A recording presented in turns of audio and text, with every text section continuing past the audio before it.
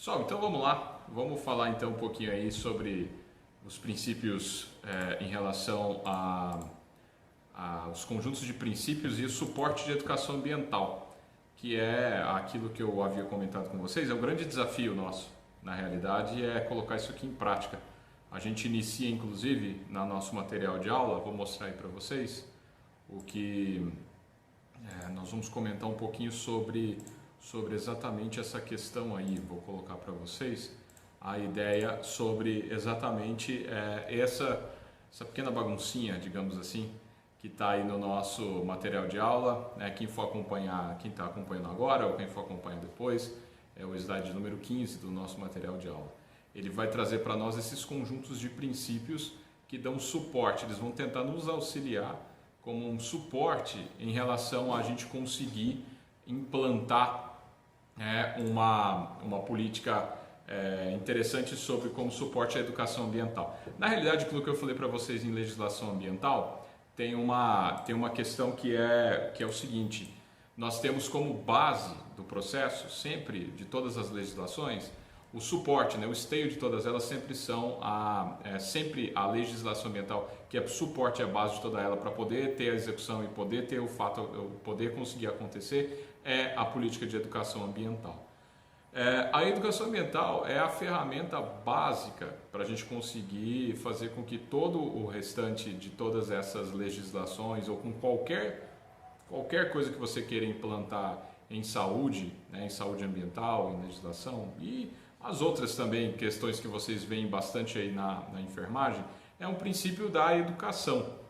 É você conseguir fazer com que as pessoas entendam aquilo que você está querendo trazer para elas. É aquilo que eu sempre costumo dizer para vocês, até nas minhas aulas presenciais vocês veem bem que eu coloco o início da nossa aula presencial, saudades das aulas presenciais, mas lá eu coloco para vocês e ponho os tópicos, e aí vocês veem que sempre antes do início da aula, o título que eu coloco para vocês e depois eu coloco embaixo, sempre vem a aplicabilidade e junto dela o que eu costumo brincar e colocar o "e eu com isso". Todo o processo de educação, todo o processo em relação a essas implantações é mais ou menos assim que a gente trabalha. É você conseguir fazer com que o seu paciente, com que o seu cliente, paciente, comunidade, família, enfim, com quem você esteja trabalhando, e aqui no nosso caso um paciente, você precisar e fazê-lo entender o porquê é necessário tomar tal atitude ou porquê que você é necessário fazer determinada ação.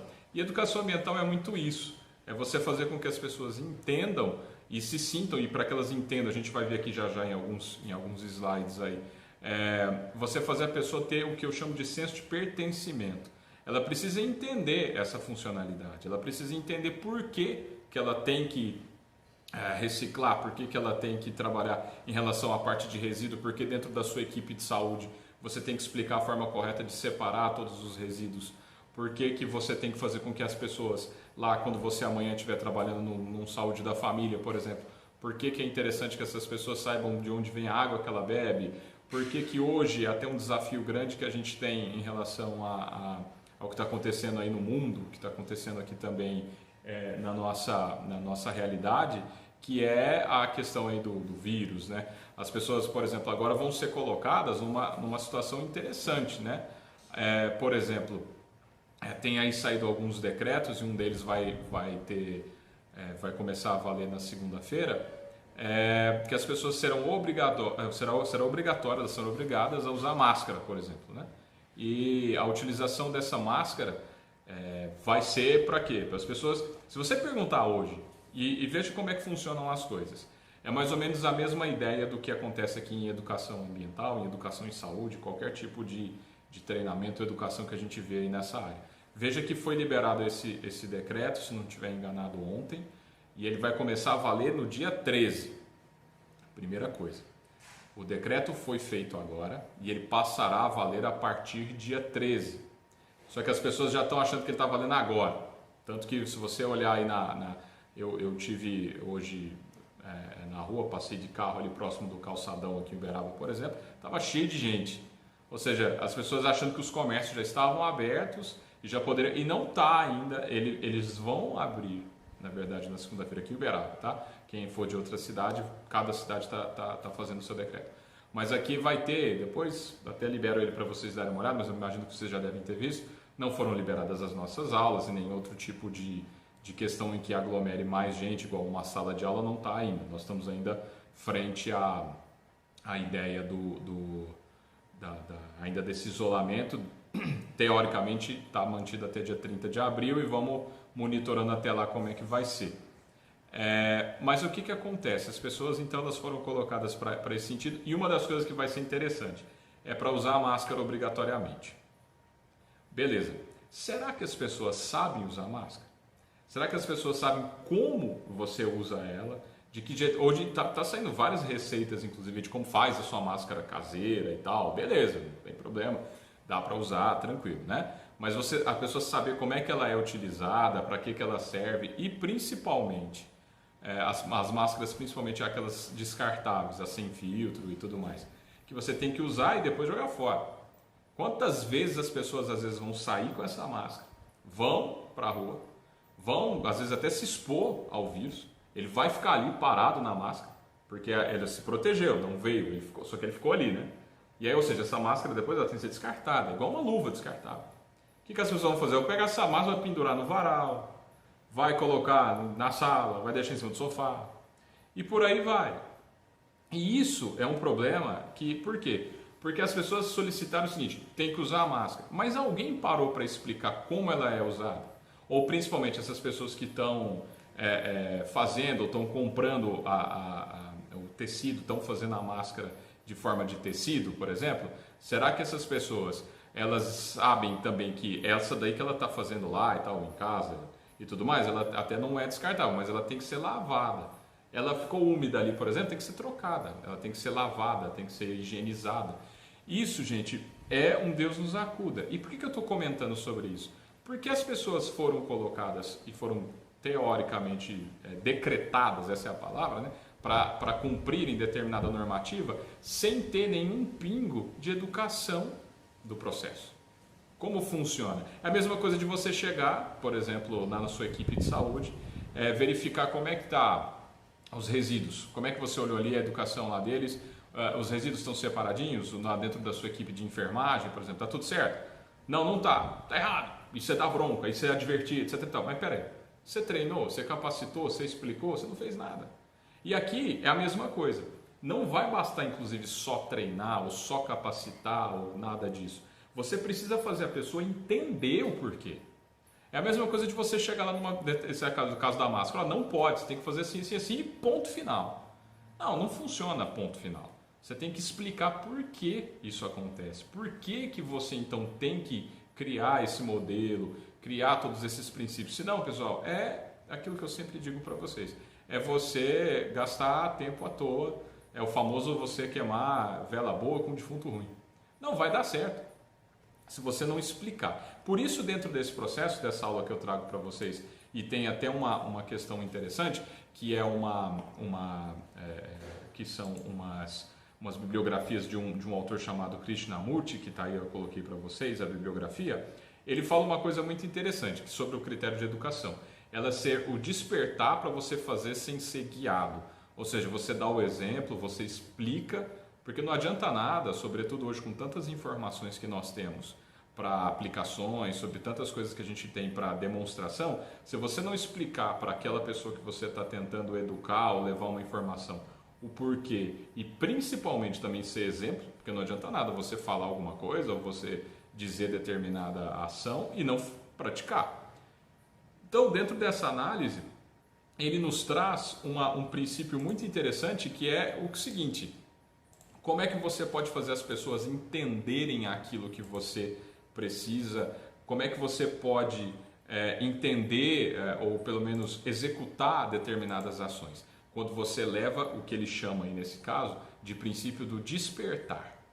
Como é que você consegue fazer a educação de fato ser enraizada, ela ser absorvida pelas pessoas, quando você consegue fazê-las despertar para determinada ação ou despertar para determinado processo. Então ele coloca aí na nossa análise que esses princípios só vão conseguir ser, eles só vão conseguir ser devidamente aplicados quando você fizer o princípio do despertar. E o princípio do despertar a gente espera e a gente tenta, como profissionais, fazê-los acontecer pelo exemplo e principalmente pela capacitação e a melhoria contínua desse processo. Como eu sempre comento com vocês, não adianta nada você chegar lá e explicar ou capacitar determinado profissional, comunidade, família, saúde da família, não sei, uma única vez, não dá. Você precisa fazer aquilo que ser recorrente, você explicar, você, depois de explicar, deixar o feedback para as pessoas entenderem se deu certo, se elas entenderam, se elas não entenderam.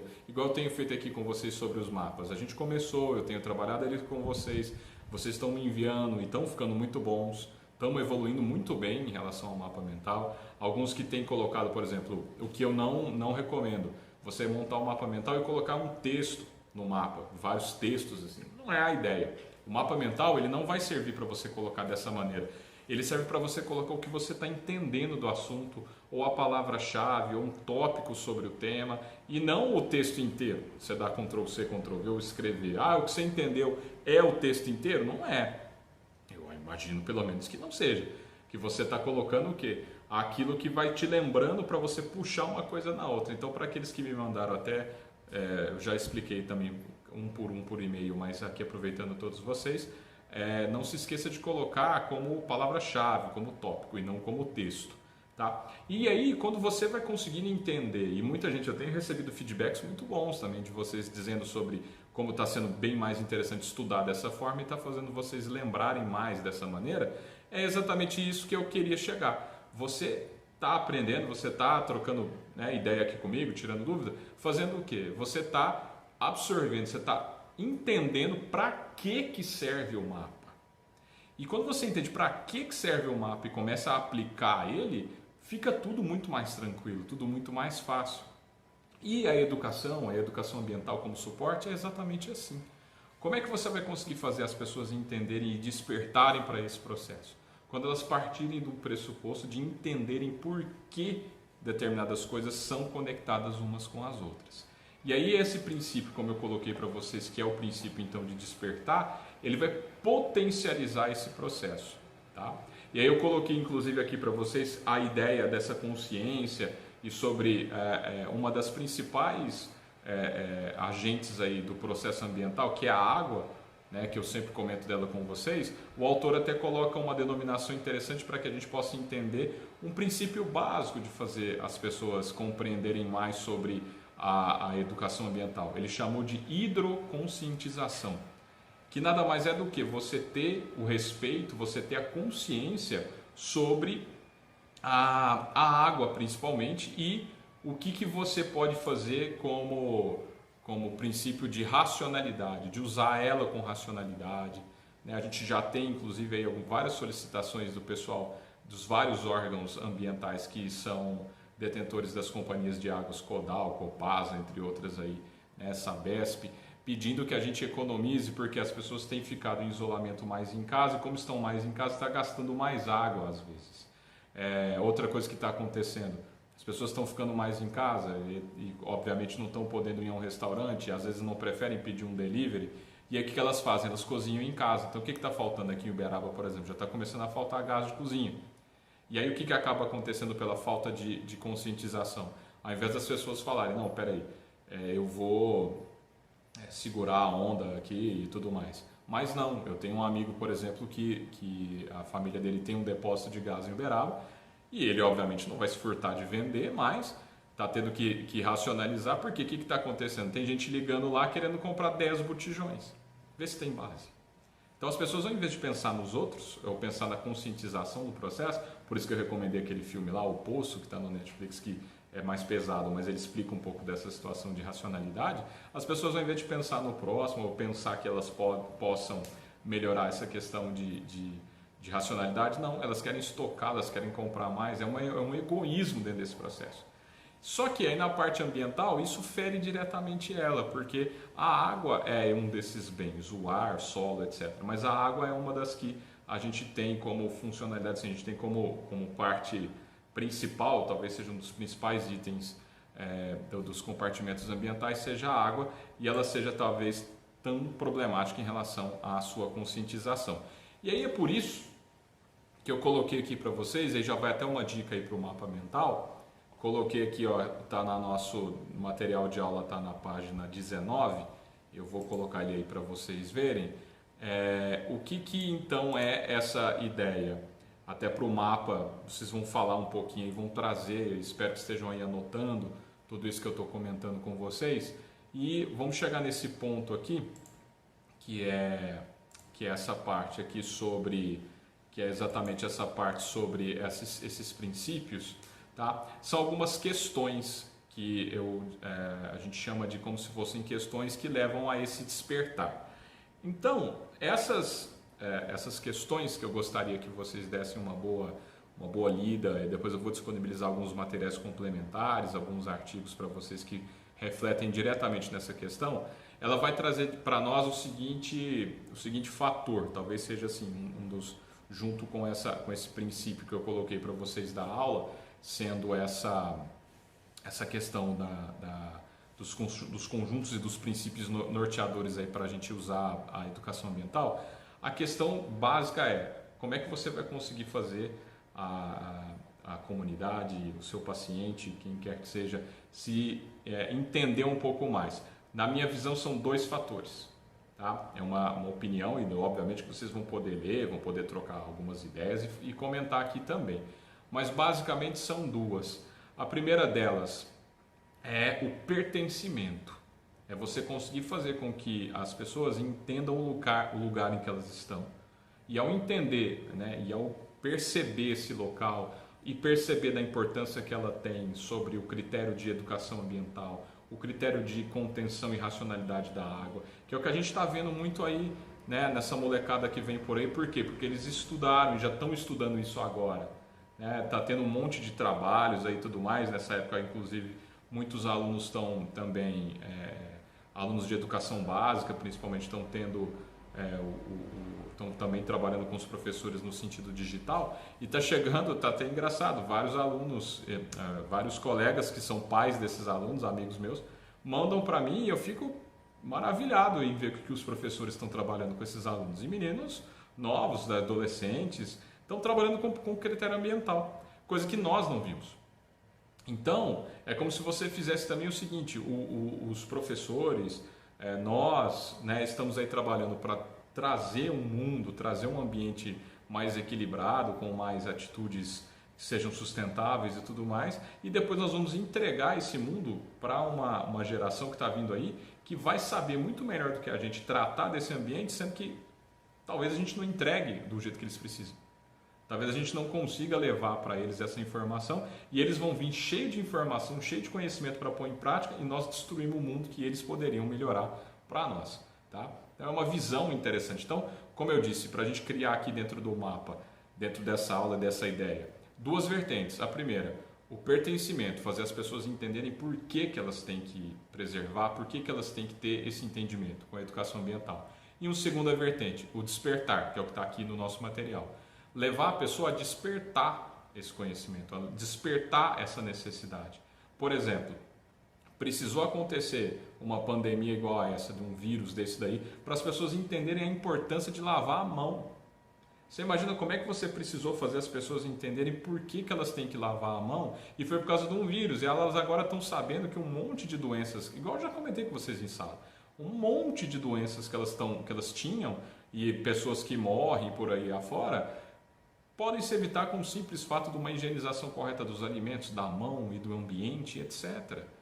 E aí as pessoas só conseguiram, porque para você ver como é que estão, como está o nosso mundo, né?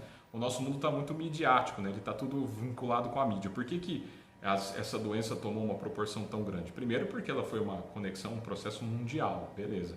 Por que H1N1, que era também um processo mundial, não concorreu com um problema tão grave igual esse daqui? Olha que ela matou, assim, no decorrer. Espero que o corona caia. É óbvio, tem gente que faz uma comparação e cuidado a fazer essas comparações, cuidado a disseminar aí algumas fake news. Eles comparam a quantidade de pessoas que morreram com H1N1 sendo muito marca do corona, mas pera lá, a comparação que eles fizeram ao longo de um ano. Então essa comparação nós só vamos poder fazer com o H1N1 quando mais ou menos ele iniciou, que foi no início de janeiro, mais ou menos é o que a OMS tem falado, depois de um ano é que nós vamos poder comparar com a H1N1. Espero que ela vá ser menor, de fato. Mas o que eu trabalho muito nesse sentido e nessa questão? É que as pessoas, elas são vidradas, elas são manipuladas muitas vezes pela mídia, e a mídia vem trazendo assim, um alarde geral, não que não tem que ter, concordo que tem que ter. Só que aí tem um dado que eu até trabalhei com os alunos da saúde ambiental na semana passada, que eu até vou disponibilizar para vocês também, porque também tem tudo a ver com a nossa parte de legislação, mas foi o relatório atual do Instituto Trata Brasil, através do SNIS, que é o Sistema Nacional de Informações de Saneamento, sobre o panorama de saneamento ambiental brasileiro. E vem nos trazendo algumas informações das quais, hoje mesmo eu estava verificando aqui, que nós temos aí para quase 700 mortes aí já pelo coronavírus. Tudo bem, não estou dizendo que são mortes, são vidas, são famílias. Não tenho que falar que é gripezinha, nem nada disso, pelo amor de Deus. Nós temos que falar pura e simplesmente que o fato é, ela tem morte e tudo mais e tal, mas esse dado atual que chegou do Trata Brasil tem nos trazido que essa quantidade de pessoas que morreram de janeiro para cá, janeiro, fevereiro, março, abril, nos últimos 4 meses, por causa do coronavírus ter chegado no Brasil, nós tivemos aí quase 700 mortes. Ok, se você pegar, aí eu trabalho isso aqui com vocês, até eu vou mostrar para vocês aí esse dado, vou colocar em tela aí para vocês, esse dado atual, inclusive, do Trata Brasil, só para vocês verem em relação a esse release. Olha só essa informação, tá? Que é essa daqui, vou colocar aí para vocês, né? Vou colocar aí, tava tendo um material, não tinha tirado. Vocês têm que me avisar também. Agora eu vou voltar para o material aqui para vocês. Olha só, nós tivemos aí, peraí, deixa eu colocar aqui para vocês de novo. Esse seguinte fato aí, tem esse relatório aí, eu vou colocar ali para vocês depois, para vocês lerem um pouco sobre ele, mas olha só, esse relatório aí, ó, é do Trata Brasil, tá? Ele é o ranking da distância de cumprimento de meta de saneamento básico, tá? Feito aí em março de 2020, mas nós temos aqui um dado, aqui eu vou pegar direto do slide, quer ver? Eu acho que vai ficar melhor aí para vocês, uma demonstração sobre um problema que eu já tinha falado com quem teve aula de saúde ambiental comigo, eu já tinha comentado, mas vamos lá, vamos aproveitar o momento atual e eu mostrar para vocês uma questão que é a seguinte, que é essa daqui. Deixa eu mostrar aqui para vocês essa informação. Só um momentinho, deixa eu pegar ela aqui. Deixa eu pegar aqui para vocês essa informação que é desoladora, digamos assim, mas vamos lá. Eu tenho essa seguinte informação sobre saneamento, e aí vocês me dizem o que vocês acham. Mais uma vez, eu não estou diminuindo o que está acontecendo no mundo em relação ao vírus, nem nada, mas essa informação aqui, deixa eu pegar aqui para vocês, só um minutinho, que essa daqui até eu estou só comentando agora, não é dessa nossa aula aqui de legislação não, mas ela é importante da gente trabalhar aqui com vocês essa questão, tá? Só para a gente poder entender a situação brasileira, né, nesses dias atuais. E aqui eu trabalho com vocês o seguinte, ó, deixa eu chegar aqui num dado aqui para vocês, e que a gente precisa entender que esse dado aqui sim é muito preocupante e a gente não está levando tão a sério, mas vamos lá. Cadê aqui? Olha só. Esse mesmo dado aqui, ó. Então, ó, acompanha comigo esse dado aqui. Nós estamos falando em mortes de coronavírus aí de 700 mortes. E ninguém fala nada, ninguém absolutamente fala nada desse dado aqui, ó. O que vocês acham? As pessoas estão falando tanto, e eu não vou me furtar o direito, mas você tem crianças, você tem 7 crianças, 210 crianças por mês, que estão morrendo de diarreia, que morrem de falta de coleta e tratamento de esgoto. de uma coisa tão básica. E as pessoas estão morrendo. Então, assim, no último mês, você pega aí janeiro, fevereiro, março, mais ou menos, né? Estamos começando abril. O que morreu de pessoas de coronavírus foi o que morreu também de crianças com diarreia. E por que que ninguém fala nada sobre isso? Por que que você não enxerga nada sobre esses critérios? Por que você não enxerga nada sobre isso? Porque a mídia precisa entender, ela precisa dar um pouco mais também de valor nesses critérios ambientais. Essa é uma visão. E, principalmente, porque as pessoas não vinculam. E aí eu até coloquei para vocês no nosso material de aula, que é o que eu quero que vocês falem também no nosso mapa mental, é exatamente algumas questões para você fazer com que as pessoas despertem um pouco mais, elas se despertem para aquilo que está acontecendo no mundo, né, no sentido ambiental. Então eu coloquei aqui para vocês nos slides 19 e 20, que eu quero inclusive que vocês coloquem no nosso mapa mental aí, esse entendimento, esse chamamento, que é o quê? Você entender e você às vezes responder isso aqui, tá? Você pode responder em forma de tópico, em forma de mapa mental, do jeito que você quiser, tá? Se tiver qualquer dúvida você pode vir falar comigo, mas ele faz algumas abordagens. Por exemplo, estão adequadamente, né? Então vou colocar aí para vocês acompanharem comigo. As questões que ele coloca são exatamente essas questões de despertar. Está adequadamente estabelecido o princípio de participação, né? E quem são as partes interessadas? Entendeu a sensação de pertencimento, que a pessoa precisa entender que ela precisa pertencer, ela precisa entender que ela faz parte desse processo ambiental? Esse vínculo entre educação ambiental e saneamento básico, ele está bem definido, mas não está.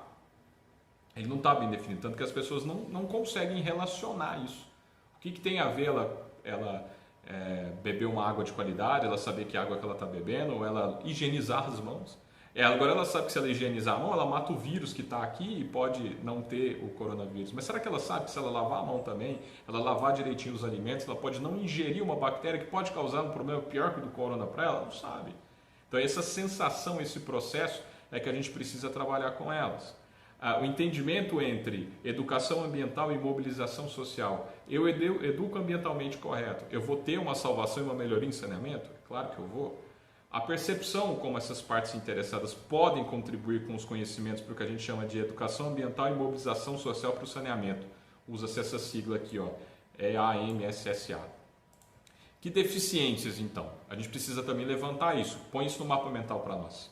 Isso aqui é uma parte bem interessante, ó, que é o quê? Quais são as deficiências que vocês enxergam, então, para que a informação chegue, para que a informação conecte com a população, com o paciente, tá? Pode ter informação insegura? A gente está vendo isso cada vez mais. Quantas fake news estão aparecendo por aí sobre o vírus? Quantas fake news aparecem sobre o meio ambiente?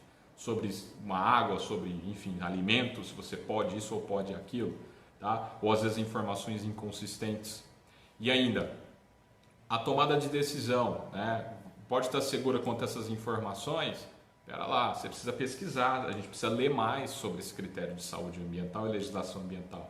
Tá? Impactos sobre as águas, impactos sobre a natureza, efeitos acumulativos, enfim, tem uma série de coisas aqui que eu abordo aqui para vocês levarem essa capacidade do despertar, que eu gostaria que vocês dessem uma lida. Eu vou também municiar vocês de alguns artigos, bastante coisa interessante sobre esse tema dessa conexão, tá? Existente entre a saúde e a legislação ambiental e a educação ambiental como porque senão não adianta nada a gente pegar esse tanto de legislação que a gente viu até aqui e se eu não usar um esteio, se eu não usar um processo que é a educação ambiental para sustentar tudo isso, para fazer com que a legislação seja não só aplicada, mas que ela seja contínua, sem educação, não adianta. Sem a pessoa entender isso daqui, sem ela entender o porquê que ela precisa tratar, ela precisa reciclar, ela precisa...